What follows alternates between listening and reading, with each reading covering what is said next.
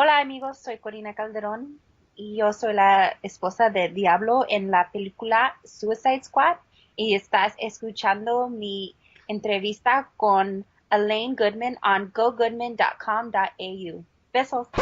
Hey guys, I'm Corina Calderon here in LA. I play Diablo's wife in Suicide Squad. And you're listening to my interview with Elaine Goodman on gogoodman.com.au. Ciao. You're a Mexican American who grew up in Texas. As a bit of an outsider, Texas seems like a very, I don't know if the word's traditional state. Was it that way when you were growing up? Traditional in what way? What do you mean? Maybe not very open to other nationalities or to mixed nationalities and things like that. Would that make sense? Like we weren't open? Texas just seems like they're a very, I don't know, for lack of a better word, um, white society from an outsider. What? No. No? It depends on where in Texas. Yeah, that depends on where in Texas. So what part of Texas did you Sorry. grow up in? I grew up in Austin, Texas, which is a very diverse city. Very diverse, very city. I mean, very open. Definitely not like I guess what you said, whitewashed. I mean, Austin is very diverse, very, I would say liberal, very artsy, very artistic, with acting in the movies and stuff, like in shows, you see like cowboys and like hay or I don't know, but maybe in like the smaller Texas towns, maybe smaller minded, but not Austin, definitely not. Was there a big Mexican American community there in Austin?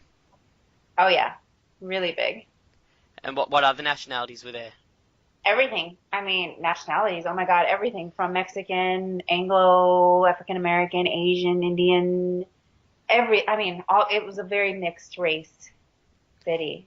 You started ballet at the age of 4. Was showbiz always your passion? Yeah, it was actually ballet folklorico, like a folklore Mexican ballet. As I don't know if you've ever seen like the shows where like the girls are dancing with the big colorful dresses.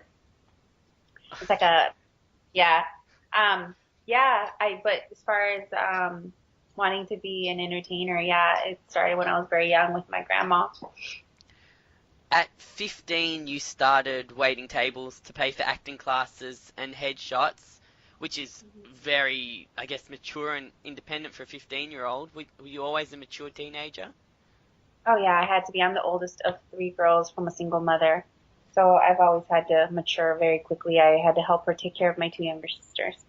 Is that something that you think has served you well now in adulthood? Oh yeah, definitely. Because I'm definitely a go-getter. I'm a fighter, and I feel like no matter what kind of obstacle I face, like I always find a way. But because that's the way I was raised, that's what I'm used to. Like you keep going, you find a way. And before we get to you moving to LA, I wasn't sure how to word this into a question, but you were also a dancer for a hip hop radio station. Yeah, What did that involve? Was that like hip hop dancing? yeah. For a hip hop radio station in Austin, yeah, we were like background dancers. We used to go to like any kind of like local clubs that were like it and happening at the moment, and we would just be like on the stage, like with the DJ, or if they had any like artists come in, like rappers or performers, we would be like an opening act before the entertainer came out. We were called the Flava Unit. The flavor unit. Yeah. Did you seem to have done obviously a lot of dancing in your childhood and teenage years. Did you do much like stage acting or acting through school as well? I didn't do a lot. No, I didn't. That's something that I'm getting into now. I actually started with film and TV, like student films, and now wanting to get on stage more as far as theater. I did some like theater like in seventh grade, a little bit in high school, not really, but yeah, no, that's something that I'm just now getting into. Before you moved to LA, you had already lined up a lead role in the movie All She Can. I know Texas and California are pretty close, but did having that first gig make the move a bit easier, moving to LA? That's a tough question because I think you would think it would be easier because you're coming with something. I mean, even a film that, I mean, I got here to LA in August of 2010. Was it August of 2010? Yeah, August of 2010. No, yes. Well, that November, we found out we got into Sundance with the film.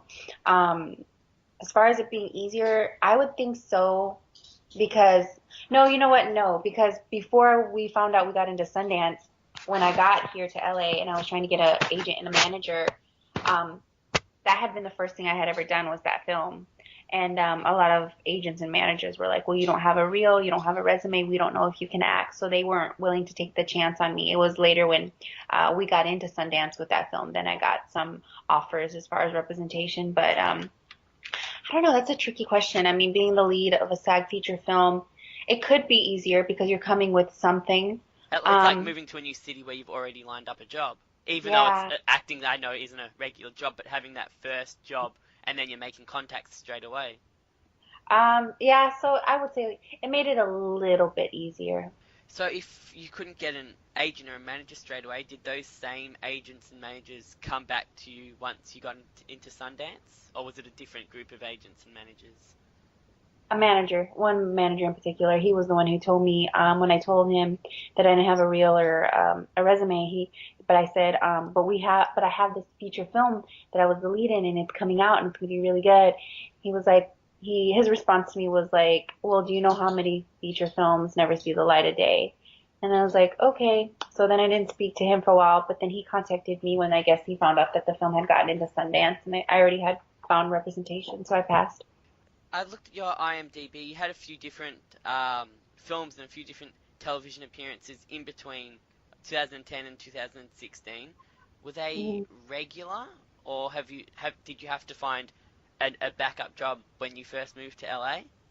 Oh yeah, I've been waiting a lot of tables. Yeah.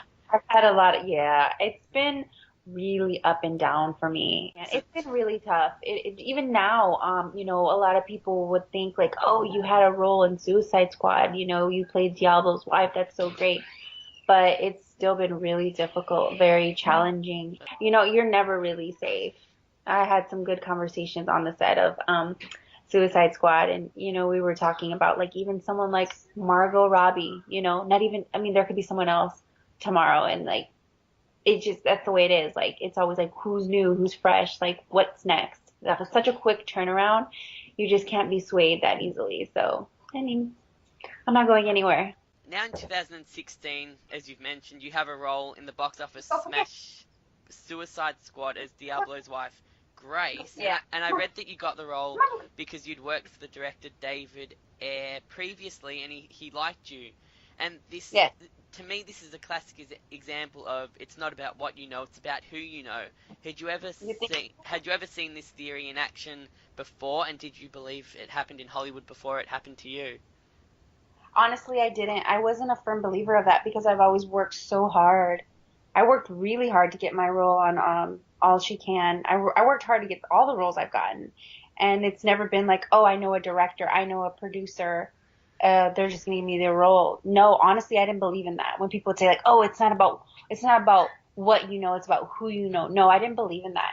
Now I kind of do. And it's like I've learned like it doesn't matter what certain people, the people are going to love you, people are going to hate you, but it really only takes like that one person that can really change your life and your career. And that for me has been, David Ayer, he's really helped me out. Like, I was at a really low point when I got the call for the offer for Suicide Squad. I was just like, there, I have to find something else to do with my life. Like, this isn't happening for me. And then we got that call, the offer where I was director's choice for a project, for a really big project. And it was just perfect timing.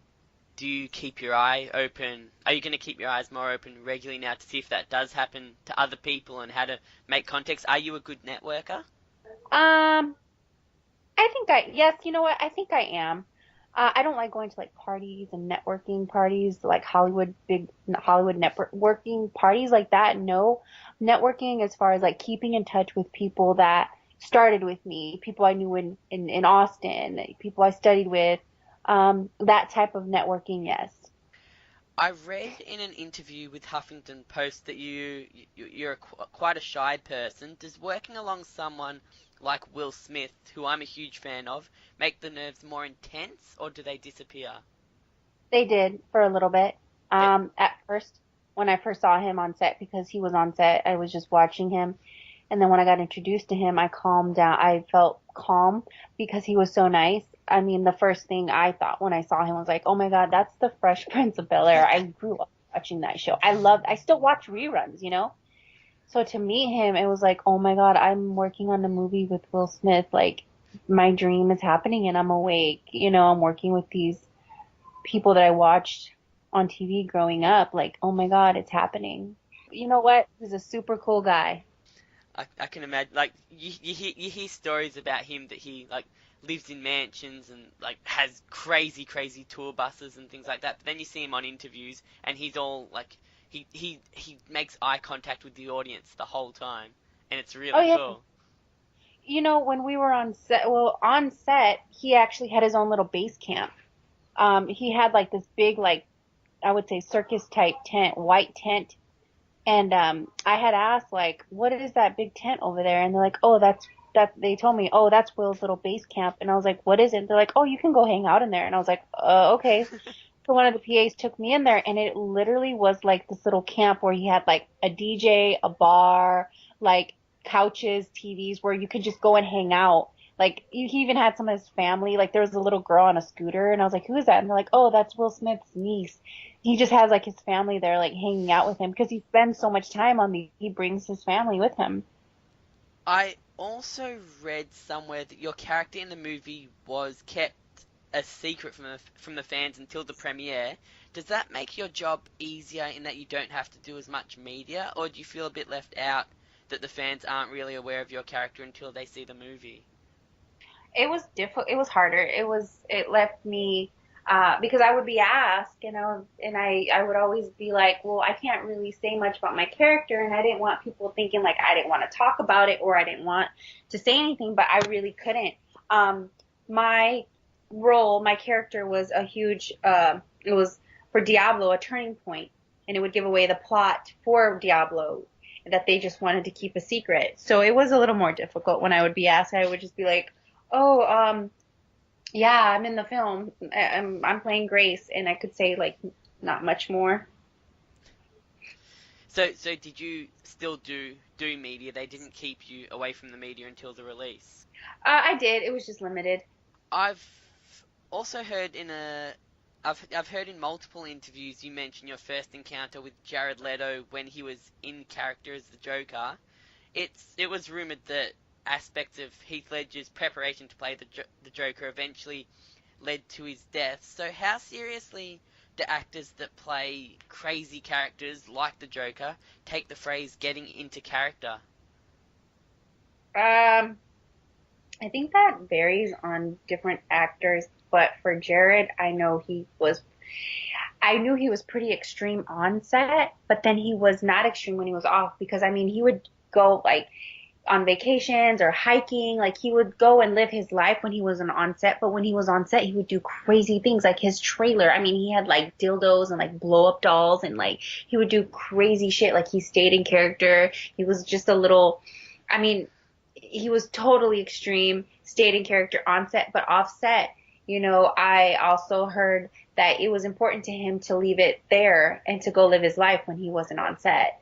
So, I mean, it varies, but I think that's really important. I think it's really smart to, so that way, you don't get too wrapped up into your character and lose yourself. Um, but yeah, with him, I think he was totally extreme on set, but then also took a break when he had his days off. And I think that's really smart and I think that's important. How big is his process to get into character, but then to get out of character? Is it something he just drops and says, I'm not the Joker today? Or does he have to go through like a ritual to get out of it and then get back into it? That I can't tell you. I don't know. I do know that when I was talking to David and his wife, on set, we mentioned, because I hung out on set a lot, even when I wasn't filming my scenes, because I just wanted to watch and be on set. And I remember, Jared, it was a scene with him, And just him when he would like step off or step away for them to like check his mic, just the way he looked, the way he acted, the way he would talk and sound. And I remember David's wife saying like, oh my God, how does he do that? And David just said, I don't know. He just does. Did you grow up watching the Jack Nicholson one as well? Yep, Yeah. I did. I think, you know what? I think Jack Nicholson has been my favorite Joker. Yeah. I yeah, I do. I really love Jack Nicholson. I'm a huge fan of Jack Nicholson. I love him on like The Shining. I've even loved watching like his behind the scenes, his preparation on The Shining. I loved him on Terms of Endearment, you know. I really I really love Jack Nicholson. Away from acting, I read that you have been a Buddhist for 2.5 years. What was your religious upbringing, and why did you pick Buddhism in adulthood? I was brought up Catholic, and as a child, I just really didn't agree. I didn't feel comfortable with a lot of the beliefs and the rituals. I mean, going to church on Sunday, I hated it. I would come up with any excuse not to go to church. I hated the choir, everything. I feel so bad, but just like, because I just felt like it was very hypocritical. There was so much pressure and there was so much guilt in Catholicism, and I grew up with so much guilt. There's many different kinds and types of practices when it comes to Buddhism. I practice Nichiren Daishonin Buddhism, which is chanting Nam Myoho Renge Kyo, and that has really freed me up. Is Buddhism a religion that, if you're ultra religious, it can take up a lot of your time, like Catholicism or like Judaism? Or is it more the meditation, kind of relaxation kind of stuff that you can do at the end of the day, and that helps you with your outside life, with your life outside work? Yeah. It's actually not a meditation. We actually chant, so we use our voice. It's not quiet. No, it isn't extreme, and it doesn't take up a lot of time. Um, we do practice that faith equals daily life. So, I mean, it's not extreme, but we apply it to everything in life. It's not separate from life. So I do chant in the morning and most evenings when I don't fall asleep. I do chant in the morning though, and for me, it's really, it helps give me this good pace, this good rhythm in my day when I chant. No matter what I encounter, it just gives me this very high life state that whatever happens, like I said, I just have this strong confidence that everything's going to be okay. My faith has just been through the roof with this practice. You talked about a second ago even having doubts about what life after Suicide Squad. Have you had any more offers to continue acting after the Suicide Squad, um, after the Suicide Squad train has gone? I just completed a SAG short film that I got offered. And then right now I'm reading a script for another SAG feature that a director, speaking of networking, um, just hit me up to read the script and see my thoughts. So I'm like, I was actually reading that earlier to get back to him. So you know what? Like, yeah, I mean, I'm actually enjoying the downtime, to be honest with you. I really am. I'm really just focusing on, me as a human being, and I can't make everything about acting, and I really that the roles that you're supposed to get. I don't want to say you sit back and wait for them, but sometimes they do come to you at the right time. It kind of lines up. It sounds like the next three, or the other three roles that you've had apart from Suicide Squad, you've been offered. So that's not a bad kind of role to get on. Yeah. And I read you were a fan of a hot cup of tea or a glass of wine and a movie at home. What do Yeah. what do you like to watch? Are you a superhero fan? Are you a comedy fan? What do you like to watch? I like a little bit of everything. My favorite shows recently have been Master of None with Aziz Ansari, Bloodline on Netflix. Like a lot of Netflix for me. I love watching shows. And then movies. Yeah, I mean, I love watching just stuff on Netflix and keeping up with what's going on as far as the shows. Do you have a specific genre or a Oh, genre. specific actor you kind of like to watch their projects? Like, for example, I'm a fan of like Adam Sandler. Any Adam Sandler or Will Yes. Smith. Anything either of them do, I'll usually go and watch, no matter kind of what genre it is. I just like to keep up to date with them. I know Adam Sandler's comedy's kind of dropped a little bit, but his most recent one that he did for Netflix I thought was really good. So who are you a fan of? Um, oh, fan. Hmm. Gosh, I feel like when I'm asked that, my mind goes blank. Genres, you know what? I really love scary movies, but those have been so scarce lately. Like, I feel like it's been a while since I've watched a really good scary movie. The last one I watched was The Witch. That one was a good scary movie. So genres, yes, I really love like the thrillers, like the dark. I love horror films. Um, as far as an actor who I really like to watch, mm, hmm. You can say yourself. Oh, yeah, no. Um, oh man, who? I mean, of course, I grew up watching, like Julia Roberts. I love Julia Roberts. Um, oh my God, my mind is, yeah, I don't know. I think it's like all over the place because I really love comedy too. Like right now, the movie I really want to go see and I haven't had a chance to go is Sausage Party. Like I really want to go see that. Like, oh, I love like anything Jude Apatow does. Yeah. I saw that, so I don't want to tell you what I thought of it because you can make up your own mind. Okay. Before we get to where people can find you, I want to ask this question. I've discussed it a little bit with my friends who also like the superhero genre. There's been a lot of superhero movies over the last even 5 years. Do you think Hollywood will get to a stage where it kills the superhero genre?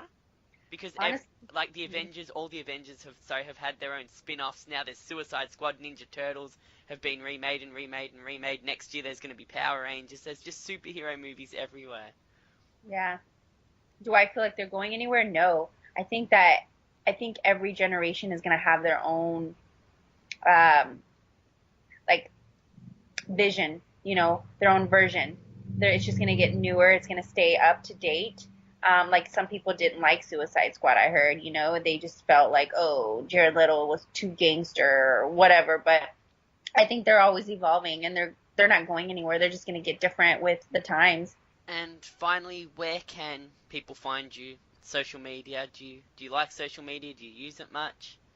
I am really trying to get used to social media. I'm not on social media all day, every day, but I know it's part of the job this day and age. Yeah, I am on Facebook, Instagram, and Twitter. Instagram, it's Miss Corey Calderon. Twitter as well, it's Miss Corey Calderon, and then Facebook, just Corina Calderon. But yeah, I've been having to keep up and pick up my whole social media game. That's interesting. Is it actually part of the job? Will managers and publicists tell you you've got to be Yeah. on social media, or is it more of Oh, just about getting roles and getting out there a little bit? it's becoming a little bit about everything. I mean, it's scary. I'm even hearing that like now, like it doesn't even really matter on your talent. Like if someone who has more followers will be the one to get a role because of their followers, the number of followers they have. That's what I'm hearing. Does that scare you?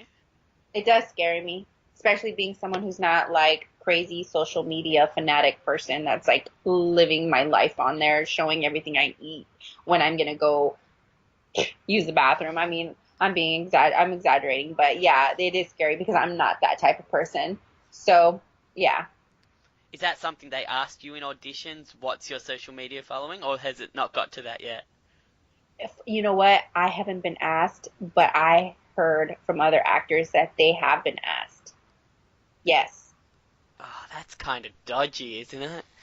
It's and it is so scary to me. Like, why can't it just be all talent? Why can't I just go in and audition? And who cares about my social media? If I have 10 followers or 10 million, like, who cares? Like, just hire me because was talented and I nailed the audition in the room, period, right? Yeah, I kind of get that for radio that a lot of they hire people because of their online following a little bit. If you've got an online following going into radio, then it's more useful. But for acting, when you're paying them millions, up to millions and millions and millions of dollars, why would you not base that on how good they can actually act? Yeah. Karina, it's been an absolute pleasure. I hope you get a bit more luck after Suicide Squad. It sounds like you're a really hard worker, which is something I can really appreciate. And it's been good to chat to you about all different aspects of your life, not just Suicide Squad, the ins and outs of Hollywood from your eyes. Thank you. Thank you.